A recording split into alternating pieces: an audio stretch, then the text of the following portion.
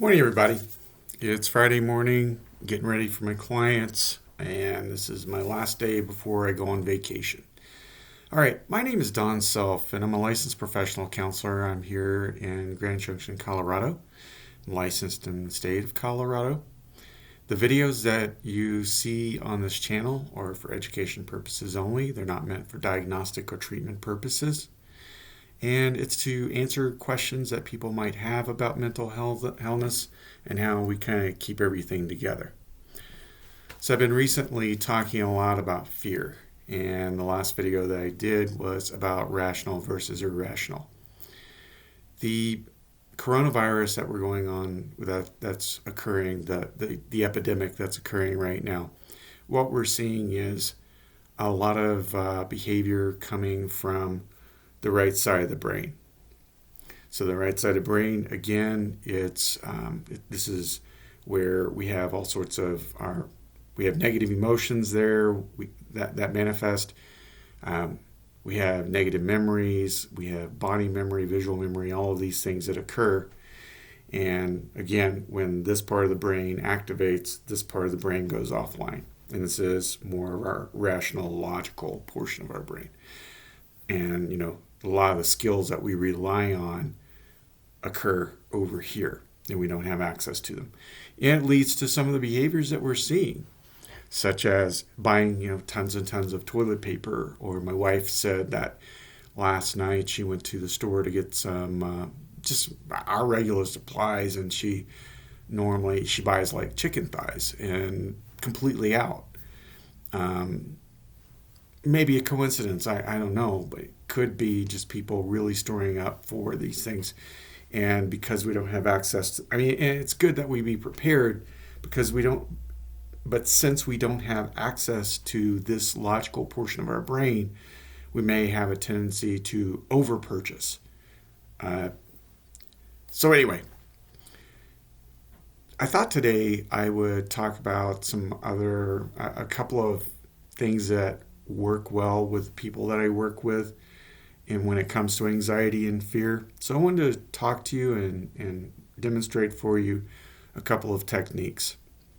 Because along with the fear, there's also the sense of helplessness or hopelessness that people might experience. And to me, the antidote to helplessness and hopelessness is some kind of action.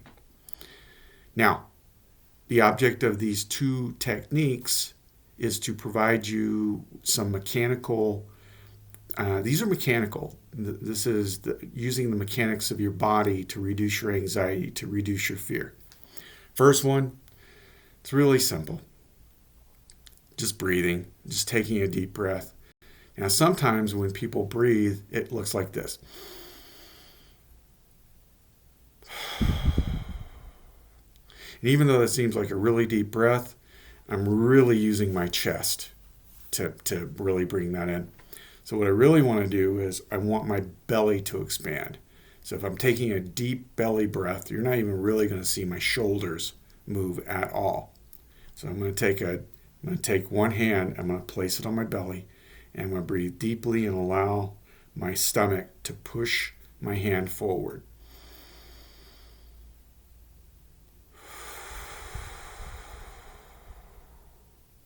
All right, my shoulders did come up a little bit, but definitely not as much as the first time. So as I'm belly breathing, my stomach is expanding, my hand is pushing forward, and I always thought, why does that make a difference? Well, if you remember back from high school biology, what am I going to say here? Back in high school biology, what we found there is that our lungs are not muscular. And no matter how much you exercise, your lungs are not going to get bigger. Well, they might get bigger, but it's just through use and through expansion. But they're not muscular. And the way that your lungs expand is your diaphragm, which is right here, is a muscle, and it expands downward, and it presses into the stomach and the intestines. And so as it does that, your belly moves forward. And then when you exhale, your belly deflates, and so does your diaphragm. And when you take a nice good belly breath, then that means that your lungs are expanding fully. When people become anxious or fearful, their heart starts beating faster.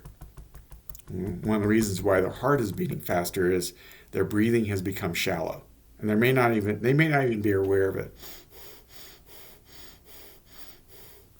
And that's communicating to the heart, because there is not as much oxygen as it's used to, that we got to get oxygen through the body. We got to get oxygen through the body. Starts doing its job even faster, even more powerfully. Well, what we find is if we take those belly breaths, and this works for most people. There are some people that if they take a deep breath, it can cause anxiety. For the vast majority of people, and if you are one of those people where you do some deep breathing and you start feeling anxious, switch it around. Try this. Notice your breath. Notice it. Don't try to change it. Don't try to do anything to it. Just notice it. All right, so back to it. When I take that belly breath, then I'm taking more oxygen into my body, and that is communicating to the heart that there's plenty. And so then it doesn't have to beat or work as hard as it has. Now, one other thing that belly breathing does that's really, really important to this conversation today, and that is your vagal nerve. Your vagal nerve runs from your brain to your stomach, and it's part of your fight or flight, sympathetic, parasympathetic nervous system. When you take a deep belly breath, then your diaphragm and your intestines press up against that vagal nerve, which almost forces a relaxation response. So it's not just about getting enough oxygen in your body, it's actually an interplay between your lungs, your heart, your diaphragm, and your central nervous system. So that's the first one, is just breathing. Breathing is very, very effective. Now again, if you're the type of person you take a deep breath, it can cause anxiety, stop immediately. And if just work on noticing your breath and see what happens with that. Now, a second technique actually should even work for those folks that get the anxiety from the deep breathing, because it doesn't have anything to do with that. This one is called the emotional freedom technique. Now, the emotional freedom technique has been around for quite a long time. And if any of you are familiar with acupuncture, you know that acupuncturists place needles in specific areas of the body related to the reasons why you go to the acupuncturist. And if you go into the acupuncturist's office, you'll notice a chart on the wall with a picture of the human body, and it has squiggly lines running through the human body. Well, those are meridians. And they take the needles and they place those needles along the lines of those meridians. Now, if I took apart a human body, I would not be able to pull out a meridian and say, hey, everybody, here's a meridian. Otherwise, I would have brought a meridian. If I took apart a human body and I removed a spinal cord, I can show you the spinal cord. So how do we know that meridians exist? Well, acupuncture has been around for thousands of years. And if you've ever been to an acupuncturist, there's a lot of people that swear by them. And so whatever's going on with those meridians seems to work. And those meridians are attached to different organs in the body or in different parts of the body. I'm not a big fan of needles, so this emotional freedom technique does not involve needles at all. Now, the emotional freedom technique was referred to as the $10,000 cure way back in the day. Why? Because a man who marketed it would charge you $10,000, teach you the technique, and then you'd have to sign a disclosure statement saying that you would neither teach nor show the technique to anybody. And just imagine having 50 people in a room, charging them $10,000 at a time. For about an hour or two worth of work, you just made $500,000. Sounds like a good deal to me. Well, a gentleman by the name of Gary Craig paid the $10,000, saw the technique, saw that it worked, and refused to sign the disclosure statement, or he refused to follow it. So he's been teaching it ever since. He has a website, www.emofree.com. And that you can go there, and there are tutorials that will teach you way more than what I'm going to teach you today. So the first thing that we have to do with this technique is we have to identify what it is that we want to work on. Well, today's topic is fear. So I'm going to choose fear today. I'm going to choose to work on fear. Now, how am I going to do that? Well, I've identified the problem, fear. Now I'm going to ask myself on a 0 to 10 scale, how fearful do I feel? With 0 being none at all and 10 being the most fear I've ever experienced. Well, even though currently I'm at a 0, I'm going to play the game. So I'm going to say at an 8. I'm at an 8. So I've identified the problem, and now I have rated it. I have rated it on a scale of 0 to 10. The next thing I'm going to do is I'm going to pick an opening move. And with EFT, there are 2. First, I'm going to show you the most simplest one, and that is, notice on the side of my hand, this is technically called the karate chop point. Okay, it's really the side of my hand. Well, what can I do with that? I can tap on it. 3 or 4 fingers. Well, Don, does it matter which hand? Does it matter which hand I use? No. And I can tap on the other one. Now, I can make it even easier, and this is what I teach kids, and kids seem to like it. I can just simply karate chop the palm of my hand. Again, does it matter which side? Absolutely not. In fact, if I'm really into it, I can do both sides at the same time. Now, when I teach children this technique, this is what it looks like. Well, we're not trying to injure ourselves. It's just lightly tapping. So that's first opening move. Second opening move is around here. So if you're here watching this video, if you take like 3 fingers and you probe underneath your collarbone on your chest, you may or may not feel a sore spot. Technically called the sore spot. No, it's not technically called sore spot. It's actually technically called the NLR spot, which is the neurolymphatic release. Once I find that sore spot, or even if I don't find that sore spot, I can still use this. I'm going to take 3 fingers, I'm going to press in, rub up to my shoulder and out to the outside of my body. Now again, does it matter? No, it does not matter.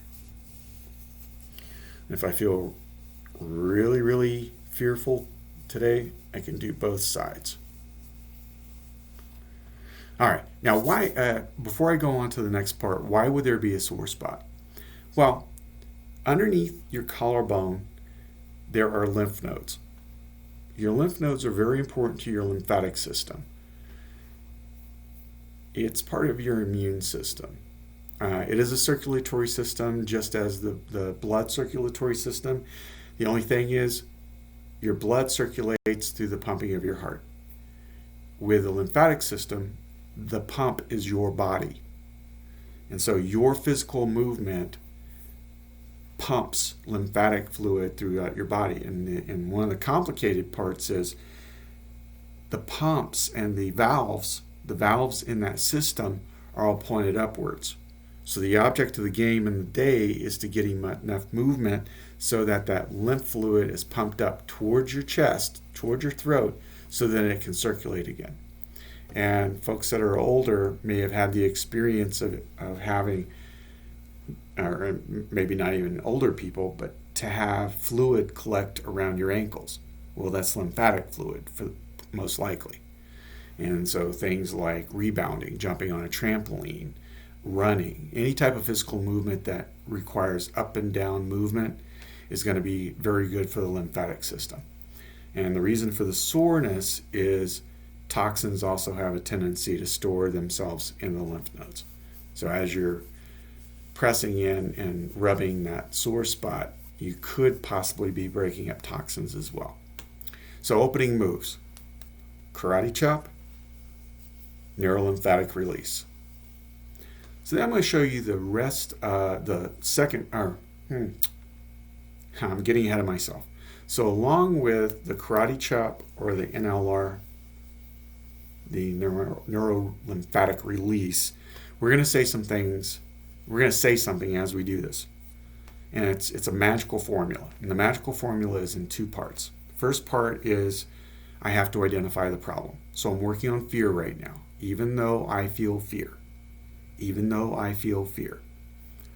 Second part of the magical formula is saying something nice about myself. Now, my formula is I deeply and completely love and accept myself. That's the second part of my formula. It has to be something positive. So it can be I accept myself, I like myself. I had someone once say I have nice hair. And you know what? Compared to some of the other things that a person might believe about themselves, for me, I'm okay with that. A lot of times we'll just go with I am okay. It just can't be, even though I feel fear, I'm an idiot. No, that's not going to work. So the formula that we're going to use, we're going to stick with mine. Even though I feel fear, I deeply and completely love and accept myself. All right. Now, with the opening move and the formula, that's the first portion. Now we're going to go to the second portion. Second portion are actually tapping points on the body. I'm going to see if I can do this. All right. First, I'm going to tap here. So if you saw my skull, you would see that there's a bony ridge surrounding a hole right here. And so this spot right here, right next to the bridge of my nose, on my eyebrow line, I'm going to tap there. I'm going to tap 5 or 6 times. And I'm just going to remind myself what I'm working on, fear. Then I'm going to go to the outside of my eye, and I'm going to tap there. Remind myself, fear. And then I'm going to go underneath my eye,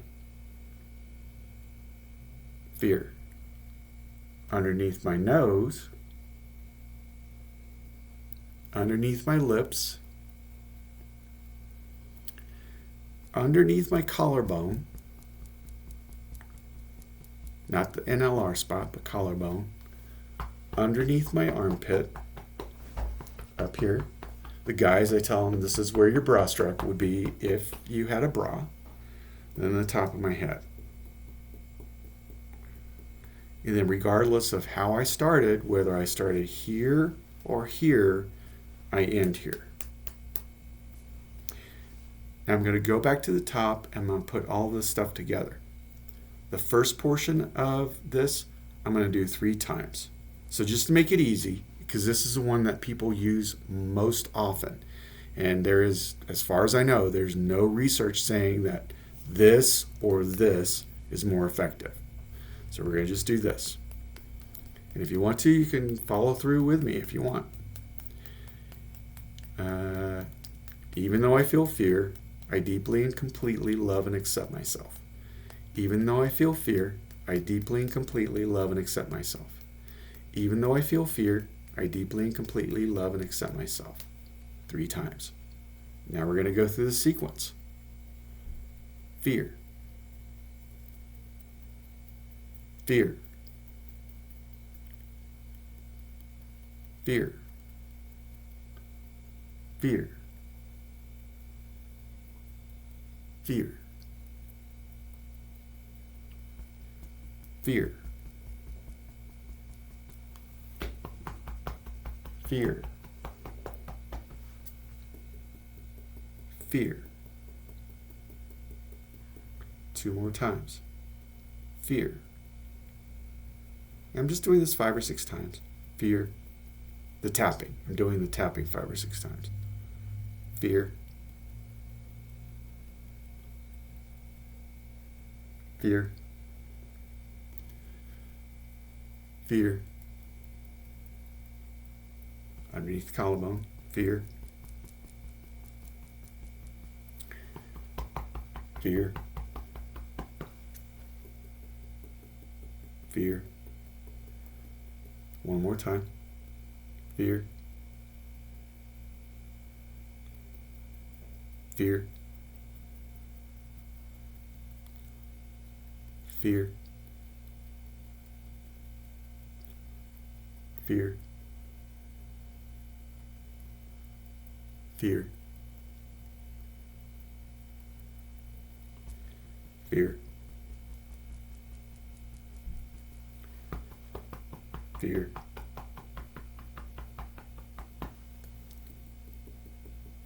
fear. Now, again, regardless of how I started, I always end here. Now, once I've completed the technique, I rate myself on a 0 to 10 scale again on where my fear is. I'm a solid 0.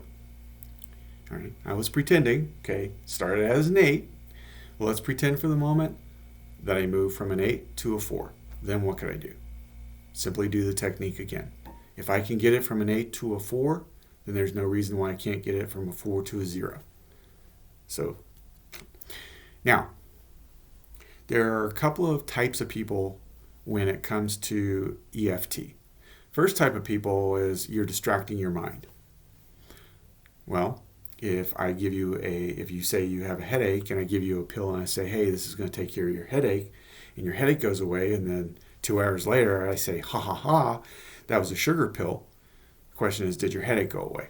And the answer is yes. And what do we refer to that as? We refer to it as the placebo effect. Now, many people think of it as fooling your mind or distracting. I don't see it that way. I see the body as infinitely capable of healing itself, and it's using its belief and faith in something to actually do the healing. So I think it goes deeper than that. But honestly, if you have a headache and it goes away, most people would be satisfied. The other group of people are the ones that believe that it works just the same way as acupuncture. It works on the meridians of the body, and it is good at reducing negative emotions. And I happen to be one of those people. I've been teaching this technique to my clients for about 8 years and have had amazing results. Plus, when I teach it to people, it's great. I get free therapy. Now, anything that you do, coping skills. I always ask this of people, what's the problem with coping skills? The problem is not the skill itself. The problem is we often forget to use it. Remember, where are our skills stored? This side of the brain. This side of the brain becomes activated, and we lose access to this part. So what we want to do is we want to use these skills to the point where we're going to remember, even when we become slightly activated, and we actively use them. So when I teach people this, I tell them, do it every day. Do it multiple times during the day. And they may say, well, I don't feel anxious today, or I don't feel fearful today. Do it anyway. You can tap on anything. When I'm feeling depressed, even though I feel depressed. I'm feeling sad, even though I feel sad. So you really can tap on anything. And when we use this opportunity to practice and practice often, we're conditioning our brains to remember there's something that I can do about this. Also, the breathing. It's the same thing with the breathing. If you're not used to doing deep breaths or meditating or doing, those kinds of things to kind of calm down this part of the brain, then we have to get into the habit of it, because let's face it, anxiety and fear can be habits as well. All right, I'm thinking that that's about it. I hope that you get something out of this video, and there'll be more videos in the future with more content as well as more format. Right now, this is flying by the seat of my pants. All right, everybody, you have a great day, and I'm going to go enjoy vacation. See ya.